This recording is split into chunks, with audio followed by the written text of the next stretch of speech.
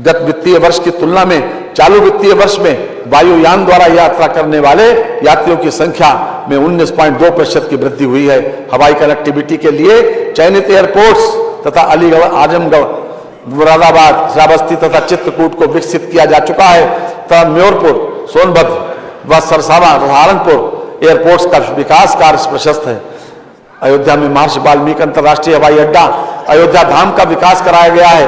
अयोध्या में एयरपोर्ट की स्थापना एवं विस्तार हेतु 150 करोड़ रुपए की व्यवस्था प्रस्तावित है। हवाई पट्टियों के निर्माण, विस्तार एवं सुदृढ़ीकरण तथा भूमि अर्जन हेतु भूमि क्रय मद में 1100 करोड़ रुपए की व्यवस्था प्रस्तावित है।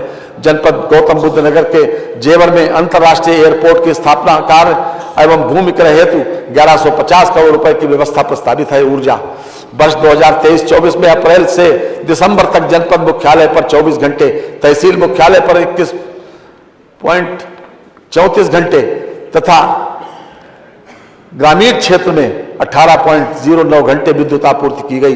वर्ष 2017-18 से 1,21,324 मंदिर विद्युतीकृत किए जा चुके हैं। प्रधानमंत्री सहज बिजली हर घर योजना सौभाग्य के तहत गरीब परिवारों को निःशुल्क और अन्य ग्रामीण परिवारों को 50 रुपए की 10 मासिक किस्तों में बिजली कनेक्शन देने की सुविधा दी गई। इस योजना में 62.18 लाख इच्छुक घरों को विद्युत संयोजन निर्गत किए गए हैं। शिक्षा एवं अनुसंधान नरेंद्र देव कृषि एवं प्रौद्योगिक विश्वविद्यालय अयोध्या के अंतर्गत कृषि महाविद्यालय गोंडा का संचालन शैक्षणिक सत्र 2023-24 से करते हुए पठन पाठन कार्य प्रारंभ कर दिया गया है। कृषि एवं प्रौद्योगिक विश्वविद्यालय तथा महाविद्यालयों में विभिन्न नए कार्यों हेतु 100 करोड़ रुपए की व्यवस्था प्रस्तावित है। महात्मा बुद्ध कृषि एवं प्रौद्योगिक विश्वविद्यालय कुशीनगर की स्थापना हेतु 100 करोड़ रुपए की व्यवस्था प्रस्तावित है। दुग्ध विकास, दुग्ध संघों के सुदृढ़ीकरण एवं पुनर्जीवित करने की योजना हेतु 106 करोड़ 95 लाख रुपए की व्यवस्था प्रस्तावित है। नंद बाबा दुग्ध मिशन योजना हेतु 74 करोड़ 21 लाख रुपए की व्यवस्था प्रस्तावित है, जो वर्तमान वर्ष की तुलना में 21% अधिक है। PM mega integrated textiles and apparel योजना के अंतर्गत लखनऊ हरदोई में लगभग 1000 एकड़ क्षेत्रफल में मेगा टेक्सटाइल पार्क स्वीकृत किया गया है। यह पार्क टेक्सटाइल एवं परिधान क्षेत्र में 10 से 15,000 करोड़ रुपए का निवेश आकर्षित करेगा, जिससे लगभग 1 लाख प्रत्यक्ष और 2 लाख अप्रत्यक्ष रोजगार के अवसरों का सृजन होगा। पार्क की स्थापना हेतु 200 करोड़ रुपए की व्यवस्था प्रस्तावित है।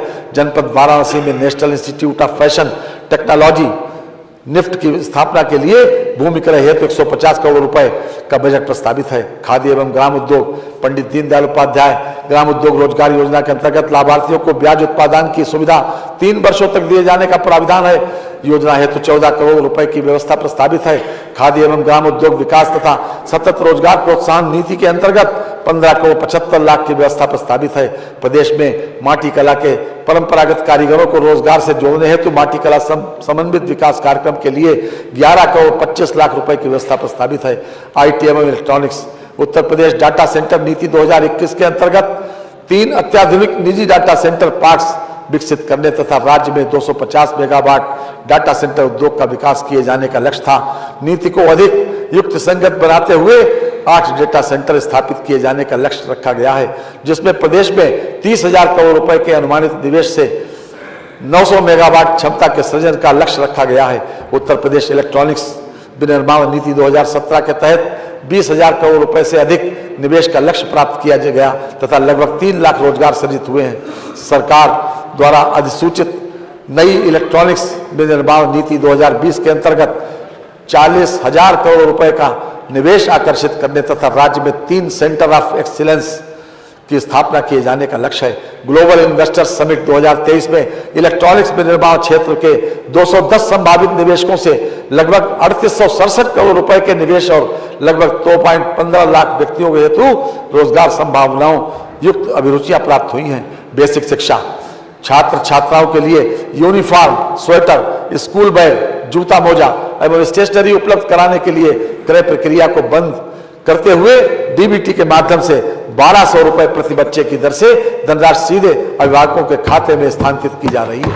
कक्षा 1 से 8 तक अध्ययनरत लगभग 2 करोड़ से अधिक छात्र छात्राओं के लिए निःशुल्क स्वेटर एवं जूता मोजा उपलब्ध कराने हेतु 650 करोड़ तथा स्कूल बैग हेतु 350 करोड़ रुपए की व्यवस्था प्रस्तावित है।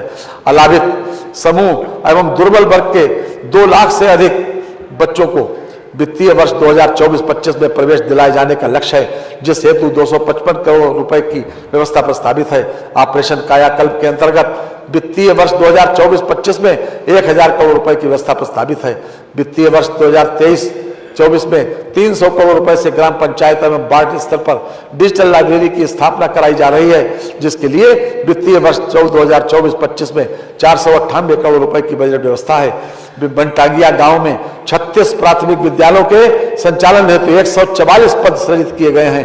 गरीबी रेखा से ऊपर के लगभग 30 लाख छात्रों को निःशुल्क यूनिफॉर्म वितरण हेतु 168 करोड़ रुपए की व्यवस्था है। माध्यमिक शिक्षा वर्ष 2024-25 तक प्रदेश के समस्त राजकीय माध्यमिक विद्यालयों को आधारभूत सुविधाओं से संतृप्त किए जाने एवं प्रत्येक राजकीय माध्यमिक विद्यालय में स्मार्ट क्लास तथा ICT लैब की व्यवस्था किए जाने हेतु समग्र शिक्षा योजना के अंतर्गत 516.64 करोड़ रुपए की व्यवस्था प्रस्तावित है। सहायता प्राप्त अशासकीय माध्यमिक विद्यालयों में अवस्थापना सुविधाओं हेतु 200 करोड़ रुपए की व्यवस्था प्रस्तावित है। नवीन राजकीय संस्कृत विद्यालयों की स्थापना हेतु 5 करोड़ रुपए की व्यवस्था प्रस्तावित है। राजकीय संस्कृत विद्यालयों में छात्रावास एवं मिनी स्टेडियम के निर्माण हेतु 10.46 करोड़ रुपए की व्यवस्था प्रस्तावित है। सैनिक स्कूल गोरखपुर के संचालन हेतु 4 करोड़ रुपए की व्यवस्था है। उच्च शिक्षा विंध्याचल धाम मंडल में मां विंध्यवासिनी राज्य विश्वविद्यालय, मुरादाबाद मंडल में एक राज्य विश्वविद्यालय तथा देवी पाटन मंडल में मां पाटेश्वरी राज्य विश्वविद्यालय की स्थापना हेतु प्रत्येक विश्वविद्यालय के लिए 51.20 करोड़ रुपए की व्यवस्था प्रस्तावित है। शिक्षा को प्रोत्साहित किए जाने हेतु मुख्यमंत्री शिक्षुता प्रोत्साहन योजना अंतर्गत 100 करोड़ रुपए की व्यवस्था प्रस्तावित है। प्रदेश के राज्य विश्वविद्यालय में आधारभूत सुविधाओं के विस्तार हेतु 30 करोड़ रुपए की व्यवस्था प्रस्तावित है। नए राजकीय महाविद्यालयों की स्थापना तथा राजकीय महाविद्यालयों के निर्माणाधीन भवनों को पूर्ण किए जाने हेतु 55 करोड़ रुपए की व्यवस्था प्रस्तावित है। प्राविधिक शिक्षा प्रदेश के में डिप्लोमा स्तरीय 169 संस्थाओं में प्रशिक्षण प्रदान किया जा रहा है। 75 राजकीय पॉलिटेक्निक निर्माणाधीन अवस्थापना की प्रक्रिया में है, जिन्हें निकट भविष्य में PPP मोड पर संचालित किया जाना है। वर्तमान में 1874 निजी क्षेत्र की डिप्लोमा स्तरीय संस्थाओं में छात्र छात्राओं को प्रशिक्षण प्रदान किया जा रहा है। AKTU द्वारा उत्तर प्रदेश स्टार्टअप पॉलिसी 2020 के अंतर्गत विश्वविद्यालय परिषद में सेंटर ऑफ एडवांस स्टडीज के अंतर्गत एक इनोवेशन हब की स्थापना की गई है, जिसके अंतर्गत 15 इंक्यूबेशन सेंटर स्थापित हैं। उक्त के साथ साथ 265 स्टार्टअप्स ऑन बोर्ड हो गए हैं। श्री काशी विश्वनाथ मंदिर से गंगा नदी तक के मार्ग के विस्तारीकरण सौंदर्यीकरण के पश्चात श्रद्धालुओं की संख्या में 4 से 5 गुना वृद्धि हुई है। जनपद अयोध्या में श्री राम जन्मभूमि मंदिर निर्माण कार्य के दृष्टिगत पर्यटकों एवं श्रद्धालुओं की संख्या में संभावित वृद्धि के दृष्टिगत 3 पहुंच मार्गों का चौड़ीकरण सौंदर्यीकरण का कार्य एवं 6 स्थानों पर पार्किंग तथा जन सुविधाओं का विकास कार्य किया जा रहा है। जनपद मिर्जापुर में विंध्याचल स्थित त्रिकोणीय क्षेत्र में मां विंध्यवासिनी मंदिर, मां अष्टभुजा मंदिर, मां काली खो मंदिर को जोड़ने वाले त्रिकोण संरेखण में आने वाले परिक्रमा मार्गों एवं जन सुविधाओं के उन्नयन हेतु कार्रवाई प्रक्रियाधीन है। संस्कृति महाकुंभ 2025 के अंतर्गत विभिन्न कार्यों हेतु 100 करोड़ रुपए की बजट व्यवस्था प्रस्तावित है। निषाद राज गोवा सांस्कृतिक केंद्र श्रृंगवेरपुर की स्थापना हेतु 14.68 करोड़ रुपए, जनपद आजमगढ़ के हरिहरपुर में संगीत महाविद्यालय की स्थापना हेतु 11.79 करोड़ रुपए तथा महर्षि वाल्मीकि सांस्कृतिक केंद्र चित्रकूट की स्थापना हेतु 10.53 करोड़ रुपए की व्यवस्था प्रस्तावित है। अंतर्राष्ट्रीय रामायण एवं वैदिक शोध संस्थान अयोध्या हेतु 10 करोड़ रुपए की व्यवस्था प्रस्तावित है। पर्यटन उत्तर प्रदेश में वर्ष 2023 में जनवरी से अक्टूबर तक 37 करोड़ 90 लाख से अधिक पर्यटक आए, जिनमें भारतीय पर्यटकों की संख्या लगभग 37 करोड़ 77 लाख एवं विदेशी पर्यटकों की संख्या लगभग 13,43,000। प्रतिवर्ष की भांति इस वर्ष भी अयोध्या में दीपोत्सव का आयोजन बृहद स्तर पर किया गया। इस अवसर पर राम की पैड़ी पर 22,23,000 दीप जलाकर गिनीज वर्ल्ड रिकॉर्ड बनाया गया। अयोध्या, वाराणसी, चित्रकूट, लखनऊ, विंध्याचल, प्रयागराज, नैमिषारण्य, गोरखपुर, मथुरा, बटेश्वर धाम, गौमुक्तेश्वर,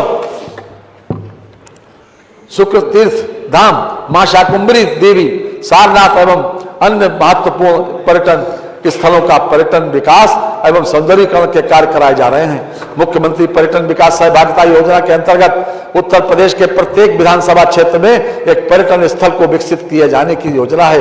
माननीय भारत की संस्कृति धार्मिक, बौद्धिक, वैज्ञानिक रूप से अत्यंत समृद्ध रही है। दुनिया के लिए यह एक आश्चर्य का विषय रहा है कि इतनी प्राचीन संस्कृति सदियों तक बाहरी आक्रमणों के बावजूद किस प्रकार अभी भी अविच्छिन्न बनी हुई है।